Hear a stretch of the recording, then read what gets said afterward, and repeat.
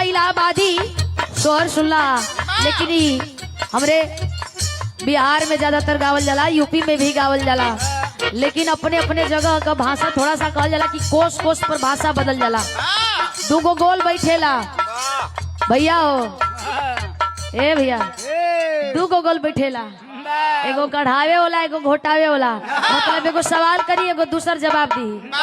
माई बहन लोगन का गोल बैठेला, गोल बैठा के आ बीच में ललना के लेके गावेली। देखा भैया भले ही बड़ हो गए ठीक है, लेकिन सोहर आज के दिन गावल जरूरी भी हो। आवा भैया जन्मदिन आज भैया का हो तो बड़ा खुशी के बात है। आवा तो गावेली। अरे कहवा से आवेला ए कहवा से आवेला पियरिया पियरिया लागल झालर पियरिया लागल झालर हो। ए ललना ए ललना ए ललना कहवा से आवेला सिनोरवा सिनोरवा भरल से नूर हो। ए ललना कहवा से आवेला सिनोरवा सिनोरवा भरल से नूर हो।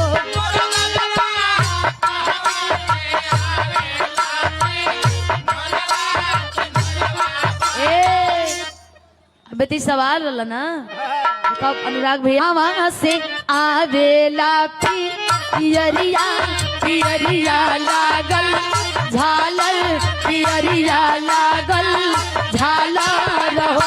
ए ललना ए ललना ए ललना कहवा से आवेला सिनोरवा सिनोरवा भरल से नूर हो। ए ललना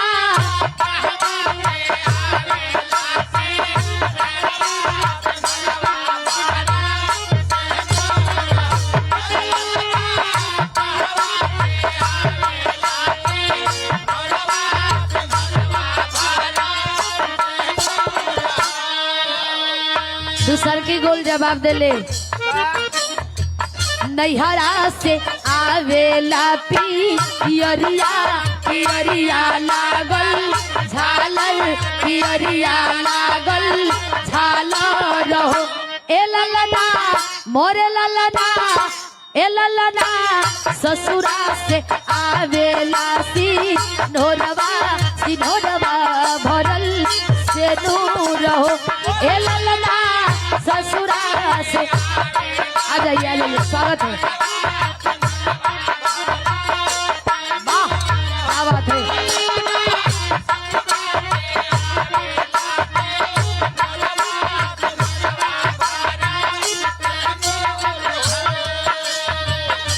दूसर का गोल जवाब दे देलस, फिर कहीं का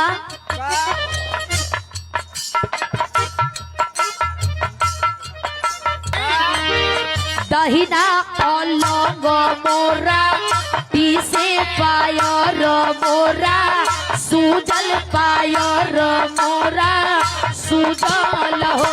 ए ललना ए ललना ए ललना होरिला के आगो माबू झाला मोहलिया उठे सोहर हो। ए ललना होरिला के आगो माबू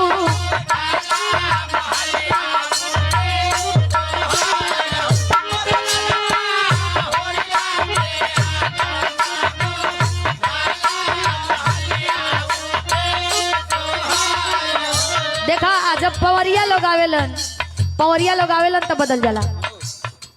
बदल जाला कैसे बदले लोग आवेले लोग पवरिया के कहल जाला।